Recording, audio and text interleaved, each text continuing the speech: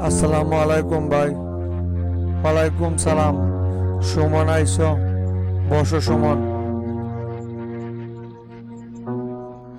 ভাই হাতে জরুরি কয়েকটা কাজ কাম ছিল তো, ওইগুলো শেষ করেই আপনার সাথে দেখা করতে আসলাম। তাই ভাই একটু দেরি হয়ে গেছে। আপনি আবার কোনো কিছু মনে করলেন না তো, যে আপনি ডাকার পরেও আপনার সাথে দেরি করে আইসা দেখা করলাম। কাজগুলো আসলে ইমার্জেন্সি ছিল তো, তাই আসতে পারি নাই। না হলে আপনি ডাকার সাথে সাথে চলে আসতাম। দূরবে সুমন, তুমি কি বলো? রাগ করবো কেন? আমি খুব ভালো করে জানি যে তুমি সব সময় ব্যস্ত থাকো। এই ব্যস্ততার মাঝে যে আমার সাথে তুমি দেখা করতে আসছো, এটাই তো অনেক কিছু। সমস্যা নাই সুমন, আমি এই ব্যাপারে কোনো কিছুই মনে করি নাই।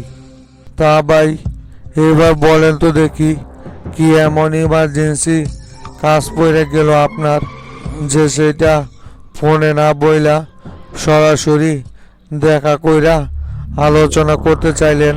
খুব ইমার্জেন্সি বিষয় না হলে তো আমাকে এত জরুরিভাবে দেখা করতে বলতেন না।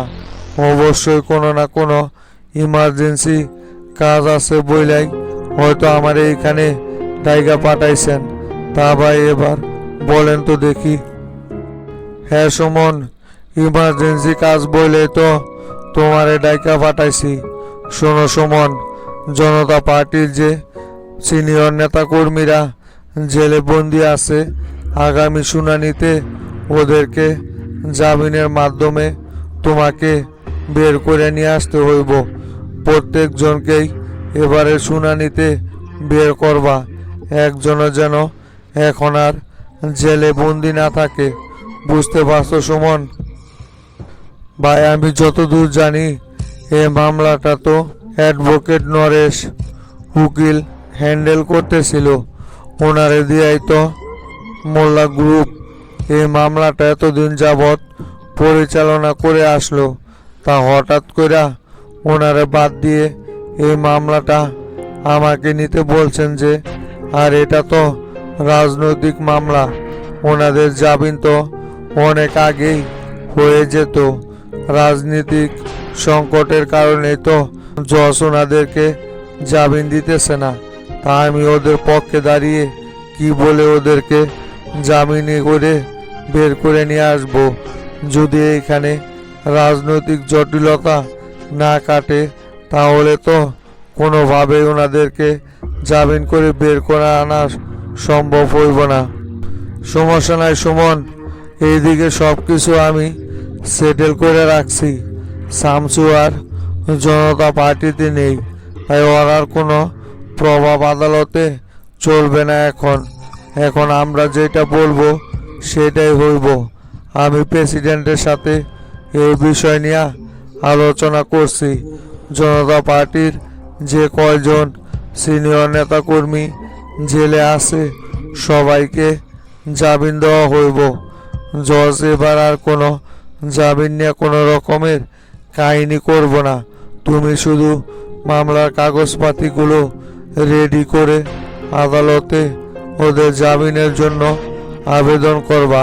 তাহলেই দেখবে জজ সুর করে জামিন দিয়ে দিবে। এখন ক্ষমতা আমাদের হাতে, বুঝলা সুমন? তোমাকে আর এই বিষয়ে কোনো কিছুই করতে হইব না। তাইলে তো ভাই হইছেই, এখানে তো আর কোনো কিছু করার নেই। যদি আপনারাই ওনাদেরকে জজের মাধ্যমে জামিন করানোর জন্য জজকে রাজি করাইতে পারেন, তাহলে তো আর আমাকে এখানে বেশি খাটাখাটনি করতে হইব না। তাহলে আগামী শুনানিতেই ওনাদেরকে আমি জামিনে বের করে নিয়ে আসতে পারবো 100%। আপনি আর এই ব্যাপারে কোনো চিন্তা ভাবনা করেন না। দেখতেছি আমি ওনাদের বিষয়ে কি করা যায়। মামলার কাগজপাতিগুলো তাহলে আমি রেডি করি। আচ্ছা ঠিক আছে সুমন, তোমাকে তাহলে যেটা বললাম তুমি খুব দ্রুত মামলার কাগজপাতি নরেশ উকিলের কাছ থেকে নিয়ে তোমার কাছে রেখে এগুলো পর্যালোচনা করে কিভাবে মামলাটা সাজানো যায় সেই ব্যাপারে সিদ্ধান্ত নাও। সব কিছু এখন থেকে তোমার নিয়মে চলবে। তুমি যেভাবে যা করার আগে যেখানে সব কিছু রেডি করে রাখো। আগামী শুনানিতেই কিন্তু জামিনটা করাইতে হইব। তা ঠিক আছে ভাই, ওইটা তো বললামই। আপনাদের আর এই বিষয় নিয়ে কোনো রকমের কোনো চিন্তা করা লাগবে না।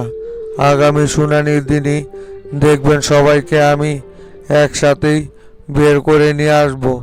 আর একটা কথা ছিল ভাই, যেহেতু এখন আপনারা সব ক্ষমতা পেয়ে গিয়েছেন, এতদিন যাবৎ তো আমি আপনাদের হয়েই কাজ করে আসলাম। আগামীতে তো বার কাউন্সিলের নির্বাচন অনুষ্ঠান হইব। এবার কি আমাকে বার কাউন্সিলরের সভাপতি বানানো যায় না কোনোভাবে? সমস্যা কি? তুমি যদি বার কাউন্সিলের সভাপতি হতে চাও তাহলে অবশ্যই সভাপতি হইব। এইখানে আর কেউ বাধা দিতে পারবো না। তুমি এতদিন যাবৎ আমাদের জন্য অনেক কিছু করে এসেছো, তোমার অবদান অনেক বড়। সমস্যা নাই, তোমাকে আগামীতে বার কাউন্সিলরের সভাপতি যেভাবে হোক আমি বানিয়ে ছাড়ব। তুমি আগামী বার কাউন্সিলর হওয়ার জন্য প্রস্তুতি হয়ে থাকো। আগামীতে তুমি বার কাউন্সিলের সভাপতি হইবা। এখন আমরা যেটা বলবো সেটাই হইব।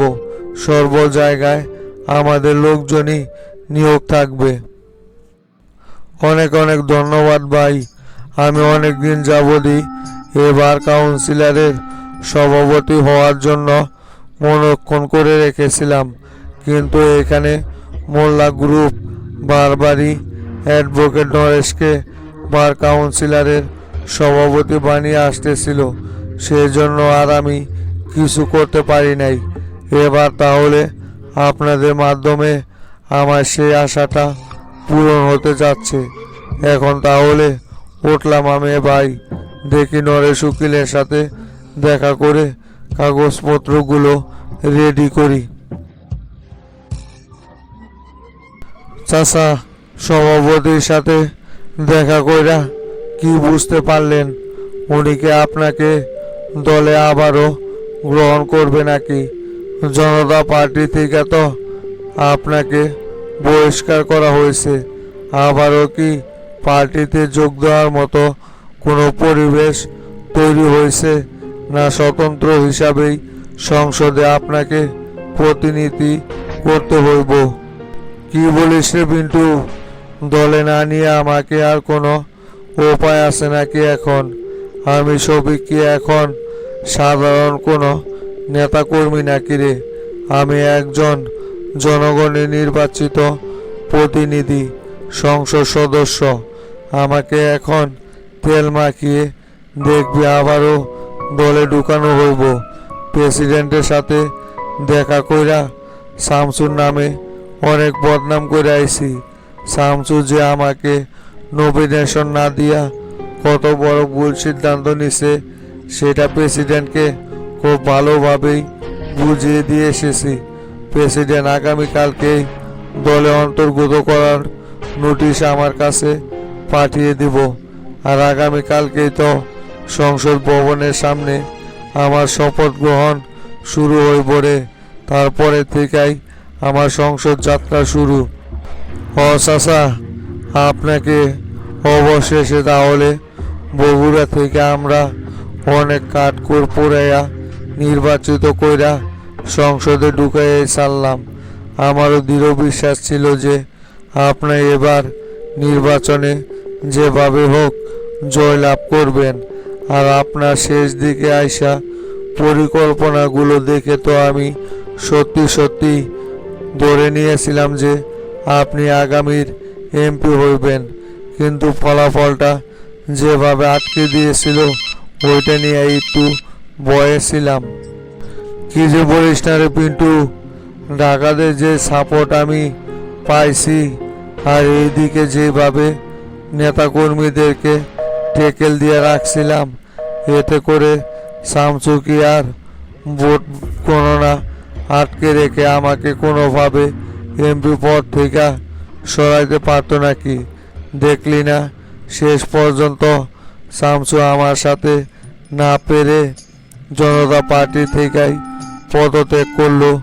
এটাই হচ্ছে সিনিয়র নেতাকর্মীদের চাল রে, এটা সকলেই বুঝতে পারে না। শামসুও সেই চালের ভিতরে পড়ে গিয়েছে। তাই জনতা পার্টি থেকে শামসুকে এবার বিদায় নিতে হইল। চাচা, এবার তো আমার বগুড়াতে কাজগুলো সম্পূর্ণ হয়ে গেছে। আমি কিন্তু এবার আর ঢাকা থেকে বগুড়াতে প্রবেশ করব না। আমি আবারও ঢাকাতে থেকে আমার সেই আগের গ্যাংস্টারের কাজটা পুনরায় চালু করতে চাই। নির্বাচনের কারণে তো অনেক দিন যাবৎ আমি আমার এই পেশা থেকে সরেছিলাম, তাই এবার আবার নতুন করে সেই পেশায় যুক্ত হইতে চাইতেছি।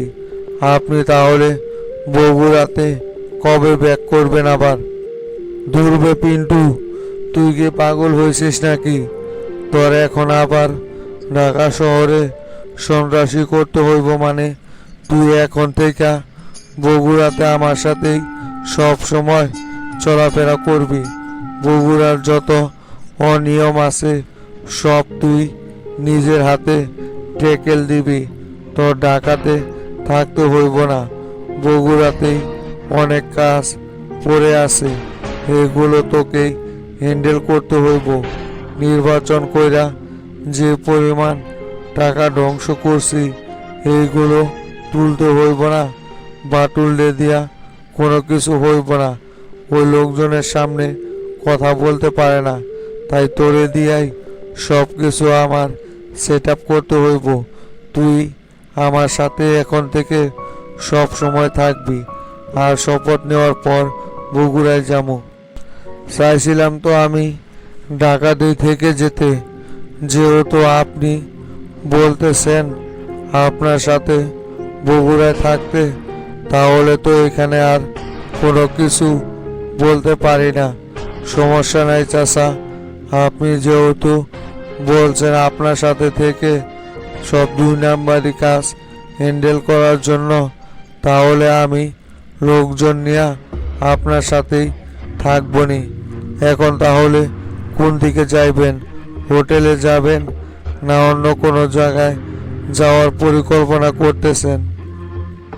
না না, এখন হোটেলে ব্যাক করা যাইব না, কাজ আছে এদিক। তোপায়েল ভাইয়ের সাথে দেখা করতে হইব। প্রেসিডেন্টের সাথে যে আলোচনা করে আসলাম সেগুলো তোপায়েল ভাইকে আগে জানাইতে হইব। তোপায়েল ভাইয়ের সাথে দেখা কইরা তারপর হোটেলে ফিরবো। এখন সরাসরি ড্রাইভারকে তোপায়েল ভাইয়ের বাসার দিকে যাইতে বল, তোপায়েল ভাইয়ের সাথে আলোচনা আছে। কিরেটারা, কি ব্যাপার? তুই দেখে আমারে থুইয়াই বাসায় চলে আসলি? আর বললেন না চাচা, শরীরটা আমার একদম ভালো যাচ্ছে না। কয়েকদিন যাবৎ একটা না অনেক জার্নি করলাম, তো সেগুলো সব এখন শরীরের উপর দিয়ে যাইতেছে চাচা। আবার আজকে সকাল সকাল উঠেই তো পরিষদে চলে গেছিলাম, সারাদিন ওইখানেই সময় কাটাইলাম। তাই মজনুর বাপেরে মাটি দেওয়ার পর শরীরটা আর কোনোভাবেই চলতেছিল না, তাই গোল্লারে ওইখানে রাইখা চলে আসলাম আমি। হয় একটা না তো আর দৌড় ঝাঁপ কম পারলি না। শরীরের উপর এত প্রেশার দিলে এমন তো হইবই। এত প্রেশার দেওয়ার কি দরকার? সময় মতো আস্তে ধীরে সব কিছুই হ্যান্ডেল কর, দেখবি এমনিতেই তোর কাজ হইয়া যাইব। এত তাড়াহুড়া করার কোনো প্রয়োজন আমি দেখতেছি না। আর শুনটেরা, তোরে তো বলাই হয় নাই, আজকে রাতেই কিন্তু শামসু বগুড়াতে ঢুকতেছে। আমাদের এখন থেকেই সব রকম প্রস্তুতি নিতে হইব। বলেন কি চাচা, হঠাৎ করে শামসু ভাই আবারও বগুড়াতে ঢুকতেছে? এটা তো দেখি অনেক বড় একটা খুশির খবর। আমাকে তো এই ব্যাপারে শামসু ভাই এখন পর্যন্ত কোনো কিছু জানাইলো না। তা আপনার কি শামসু ভাইয়ের সাথে এ বিষয় নিয়ে কথা হয়েছিল নাকি? শামসু ভাই কি একাই আসবে, না ওর সঙ্গে মিয়া মানিক ভাইও বগুড়াতে আসবে? কিছু জানেন আপনি? এত কথা কি আর ফোনে বলা যায় নাকি? শুধু আমারে বলল আজকে রাতে বগুড়াতে ঢুকতেছে শামসু। কাউকে কোনো কিছু জানানোর কথা বলল না। এতটা হই হুল্লোড় করা যাইব না। তুই গোল্লারে নিয়া এদিকে হালকা পাতলা প্রস্তুতি নিয়ে রাখ। রাতে যে কোনো সময় কিন্তু শামসু চলে আসতে পারে, বুঝছস? বুঝতে পারছিস আশা, সমস্যা নাই। আমি গোল্লারে নিয়া এদিকে ওস্তাদে আসার সব রকম ব্যবস্থাই করে রাখতেছি। আপনার আর কোনো চাপ নেওয়া লাগবো না। গোল্লা আর আমি এদিকে যা যা করা লাগে সব কিছুই করে রাখতেছি। আর দেখি শামসু ভাইকে ফোন দিয়া কখন উনি বগুড়াতে প্রবেশ করবে। ঠিক আছে, তুই তাহলে শামসুর সাথে আলোচনা কর। দেখি আমি ভিতরে গিয়ে ফ্রেশ হই। সেই দুপুরবেলা বের হয়ে গেছি, এখন কেবল বাড়িতে আসলাম। তোর মতো আমার শরীরও এখন আর সঙ্গ দিতেছে না। আবার কিছুক্ষণ পর শামসু এলাকায় ঢুকলে তখন ওইটা নিয়েও ব্যস্ত হয়ে পড়তে হইব। তাই আমি কিছুটা সময় রেস্ট করতেছি। তুই গোল্লারের সাথে নিয়ে এইদিকে সব কিছু সেটেল করে ফেলা। আচ্ছা চাচা, ঠিক আছে, তাহলে আপনি উপরে যান। তারপর সেলিম ভাই, কি অবস্থা বলেন তো দেখি? আমি দল থেকে চলে আসার পর দলের পরিস্থিতি এখন কি হালে আছে? দলের যে প্রবীণ নেতাগুলো ছিল, যারা প্রেসিডেন্টকে সব সময় আগলে রাখত, সেই নেতা কর্মীদের পদক্ষেপ এখন কি রকম? ওরা কি চাইতেছে কিছু জানেন নাকি সেলিম ভাই আপনি? আর বলল না শামসু, তুমি জনতা পার্টি থেকে চলে আসার পর থেকে তো দলের সব নেতা কর্মীরা সব কিছু এখন শিয়াল শুকুরের মতো টেনে টেনে খাওয়া দাওয়া শুরু করে দিছে। ওরা তো অলরেডি সব রকমের মন্ত্রণায়নগুলো যার যার মতো করে ভাগ করে নিয়ে সব কিছু নিজেদের ভেতরেই বন্টন করতেছে। শামসু, জনতা পার্টির ভবিষ্যৎ আমি খুবই অন্ধকার দেখতেছি। যে কোনো সময় জনতা পার্টির উপর অনেক বড় একটা ধাক্কা চলে আসবে।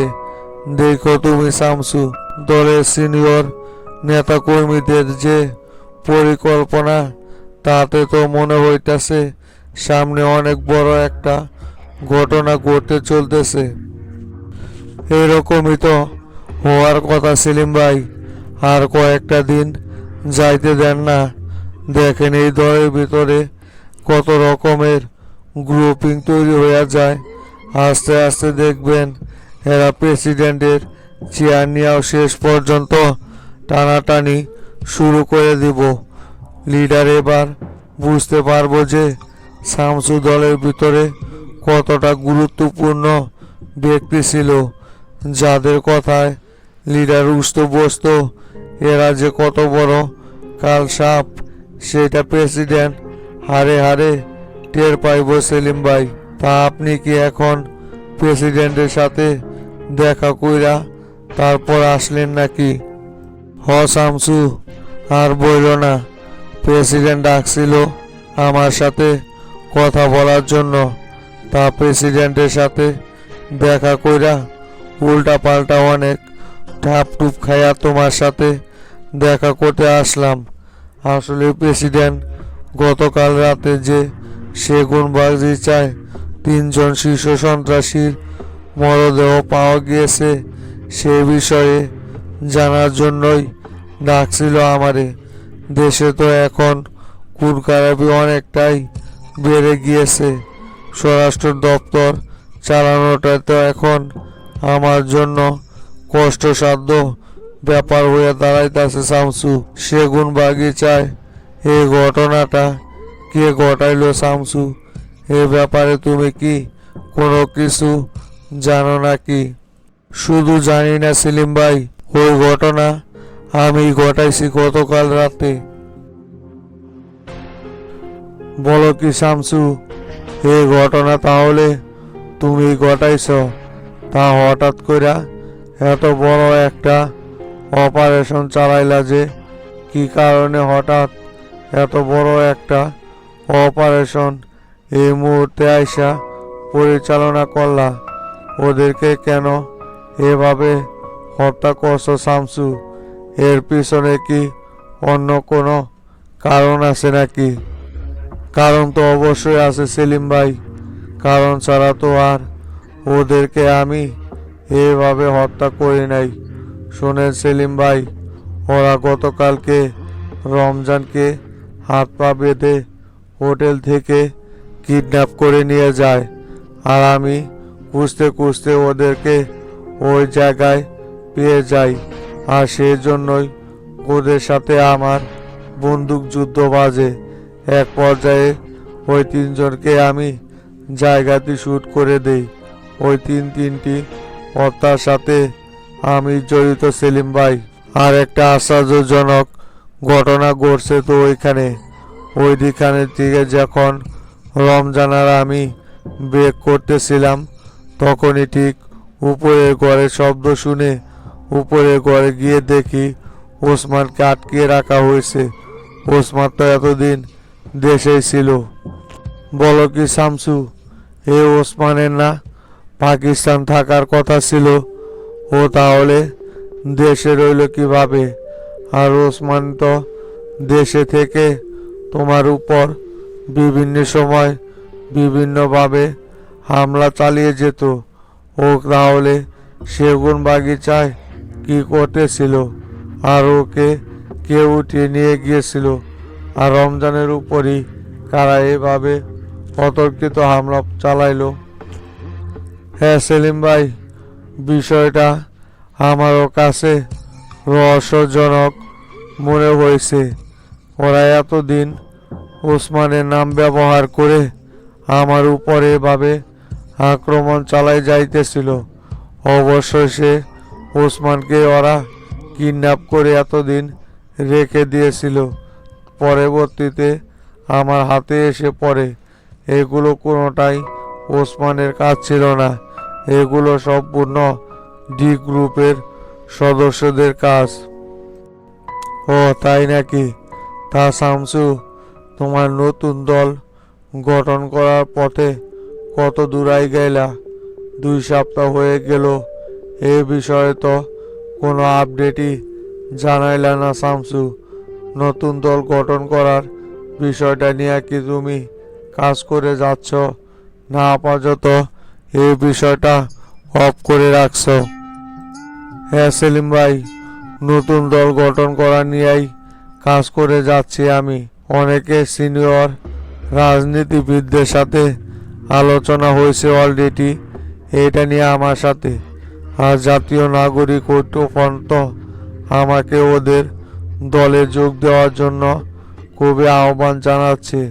তবে আমিও সরাসরি বলে দিছি যে আমাকে যদি দলের সভাপতি বানানো হয় তাহলে আমি এই দলের সাথে যুক্ত হয়ে কাজ করে যাব, তাছাড়া না। আর আমি আগামীকাল রাতেই বগুড়াতে যাচ্ছি। বগুড়ায় গিয়ে ওইখানকার লোকাল নেতাকর্মীদের সাথে আলোচনা করতে হইব, তারপর ঢাকায় ফিরা বসতেছি বিষয়গুলো নিয়ে। ও তাহলে তুমি বগুড়াতে যাওয়ার পরিকল্পনা করতেছ? আচ্ছা ঠিক আছে, যাও তাহলে বগুড়াতে, তবে খুব সাবধান। এখন কিন্তু তোমার সাথে আর প্রশাসনের কোনো নিরাপত্তা টিম থাকবে না। তবুও আমি বলে দিবনি বগুড়ার প্রশাসনকে, যাতে তোমার নিরাপত্তায় কাজ করে ওরা। আর বগুড়া থেকে ফিরে এসে আমাকে বিষয়গুলো জানিও যে কি করতেছো। আমি কিন্তু শামসু তোমার গ্রিন সিগন্যালের অপেক্ষায় আছি। তুমি বললেই সাথে সাথে আমি পদত্যাগ করে তোমার নতুন দলের সাথে যুক্ত হইব। সমস্যা নাই সেলিম ভাই, আপনারে তো আমি বলছি যে আপনাকে আমি কখন কি করতে হইব সেটা জানিয়ে দিব। আপনি এই বিষয়ে চাপ নিয়েন না, আপাতত দলের সঙ্গেই থাকুন। আর কারা কি পদক্ষেপ নেয় সেই বিষয়ে আমারে প্রতিনিয়ত তথ্য দিয়ে যাবেন। উঠি তাহলে এখন সেলিম ভাই।